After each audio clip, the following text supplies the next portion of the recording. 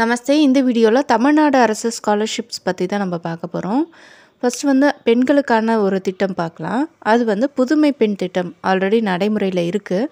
6th to 12th government school படித்தவங்களுக்கு 1000 rupees monthly கொடுக்குறாங்க. இது நடைமுறையில் இருக்குது, வாங்கிட்டும் இருக்காங்க. இது எப்படி அப்ளை பண்ணலாம் அப்படின்னா, அந்தந்த காலேஜ்லேயே அப்ளிகேஷன் ஃபார்ம் வந்து கொடுப்பாங்க. அதில் நீங்கள் அப்ளை பண்ணி காலேஜ் மூலயமா நீங்கள் வந்து பெற்றுக்கொள்ள முடியும்.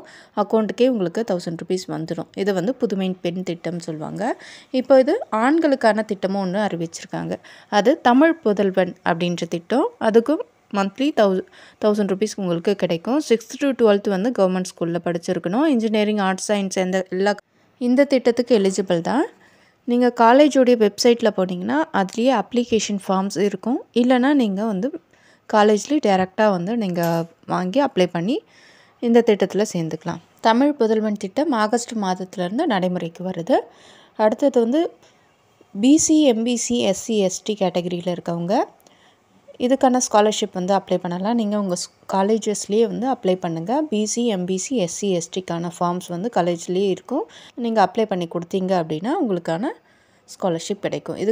இந்த 3 திட்டத்துக்கும் டாக்குமெண்ட்ஸ் என்னென்னா 10th mark sheet, 12th mark sheet, community certificate, income certificate, bonafide certificate, bank account, Aadhaar card, native certificate இதெல்லாம் வந்து தேவைப்படும். சரிங்களா? இதெல்லாம் வச்சுருந்தீங்கன்னா அப்படின்னா அப்ளை பண்ண முடியும். ஹிந்தி கிளாஸ் மட்டும் இல்லாமல் தொடர்ந்து ஸ்கூல்ஸ், காலேஜஸ் ரிலேட்டடான வீடியோஸ், இம்பார்ட்டண்ட் வீடியோஸ் எல்லாம் நான் வந்து இந்த சேனல் அப்டேட் பண்ணுவேன். தேவைப்படுறவங்க சப்ஸ்கிரைப் பண்ணி வச்சுக்கோங்க, ஃபாலோ பண்ணுங்கள். ஹிந்தி கிளாஸ் யாருக்காவது தேவைப்படுது அப்படின்னா டிஸ்கிரிப்ஷனில் டீட்டெயில்ஸ் இருக்குது, செக் பண்ணி பார்த்துக்கோங்க. தன்யவாதம்.